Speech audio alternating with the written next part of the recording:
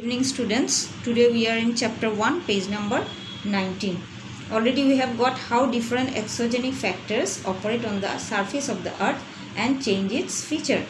In your last class we have discussed about the works of glacier, and today I am going to discuss about sea wave action. In our earth surface, water areas are more and land areas are less. 71% of the earth's surface is covered by water and 29% is covered by land. The margin between land and ocean are called coast. Coast means the margin between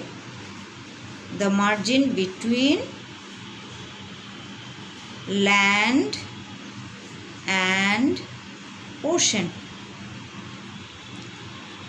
This margin or contact zone of the oceans and continents are not straight. It is zigzag. This line is called coastline. And the total length of the coastline of the world, in the whole world, the coastal line which is there, the total length of the coastline is length of coastline. Length of coastline is 0.5 million kilometer. Now in coastal areas, as vegetation covers are less, so several exogenic factors like rainfall, sea waves, wind operate on them.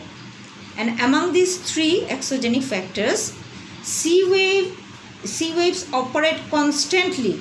That means rainfall and wind, they never comes daily.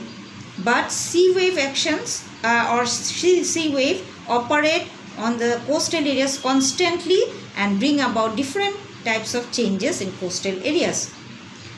Now, wave action is not same in all the coastal areas. Wave action in coastal areas depend on some factors. They are, that means the factors in which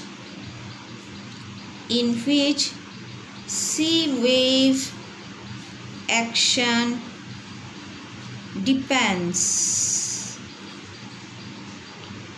Number one is geological structure. Geological structure. It means geological structure means whether the coastal area is made up of sand or rock. Some coastal areas we can see made up of sand and some are rock. If it is made up of sand, then wave action takes place more. That means erosional activities are more there. But if it is made up of rock, then wave action takes place less. That means erosional activities are less there. Number second factor is depth of the nearby sea.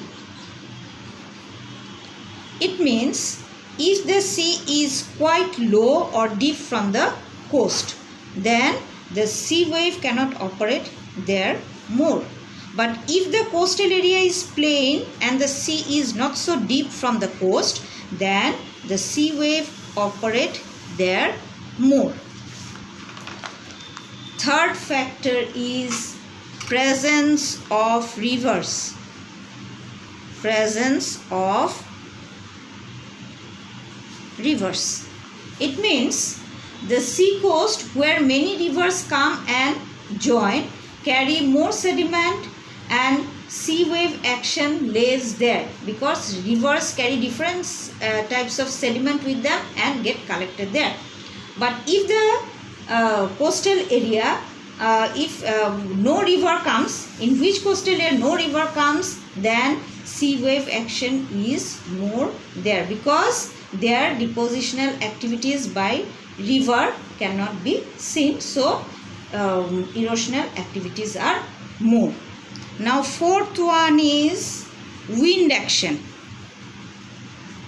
Wind action.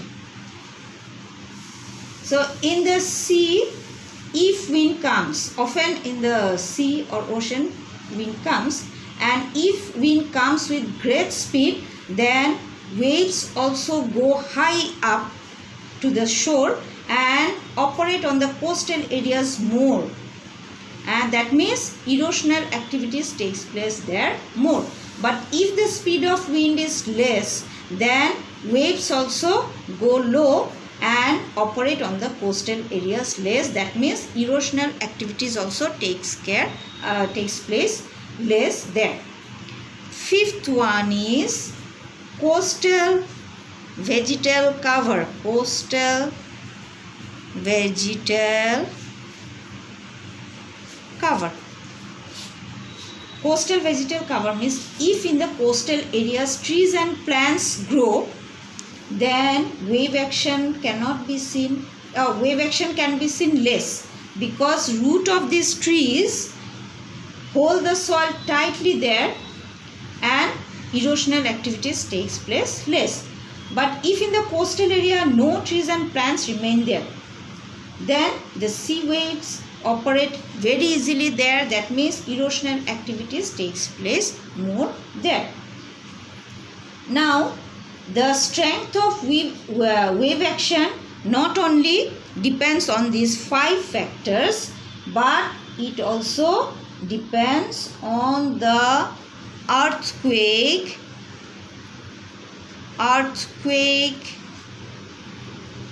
which takes place